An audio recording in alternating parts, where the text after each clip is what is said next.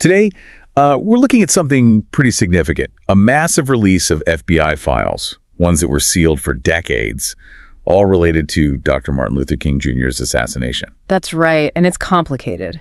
Yeah, there's this real tension, isn't there, between, the public wanting answers, wanting transparency, and the King family's own wishes about this. Absolutely, and these aren't just any files. They carry a lot of historical weight. They were sealed back in 1977 by a court order. Wow, 77. So they've been kept under wraps for a long time. For decades, yeah, sitting in the National Archives.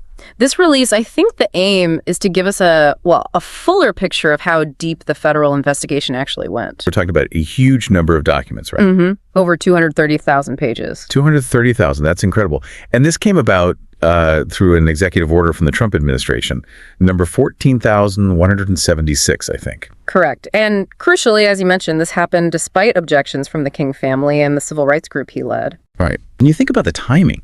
Bernice King was just 5 years old. Martin III was 10 when their father was murdered in Memphis, April 4th, 1968.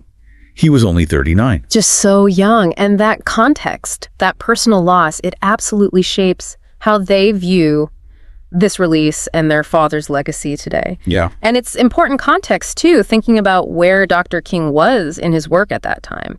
He wasn't just focused on racial justice anymore. He was really expanding into economic rights, speaking out strongly against the Vietnam War. Which made him a target for some. Right. It certainly drew more scrutiny.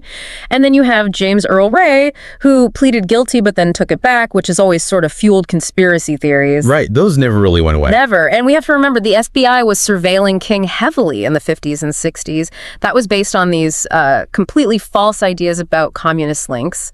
The FBI itself now calls that historic overreach and abuse of power. They actually admit that now. They do, which adds another layer to interpreting these newly released files. So the family's plea is really about remembering the human cost.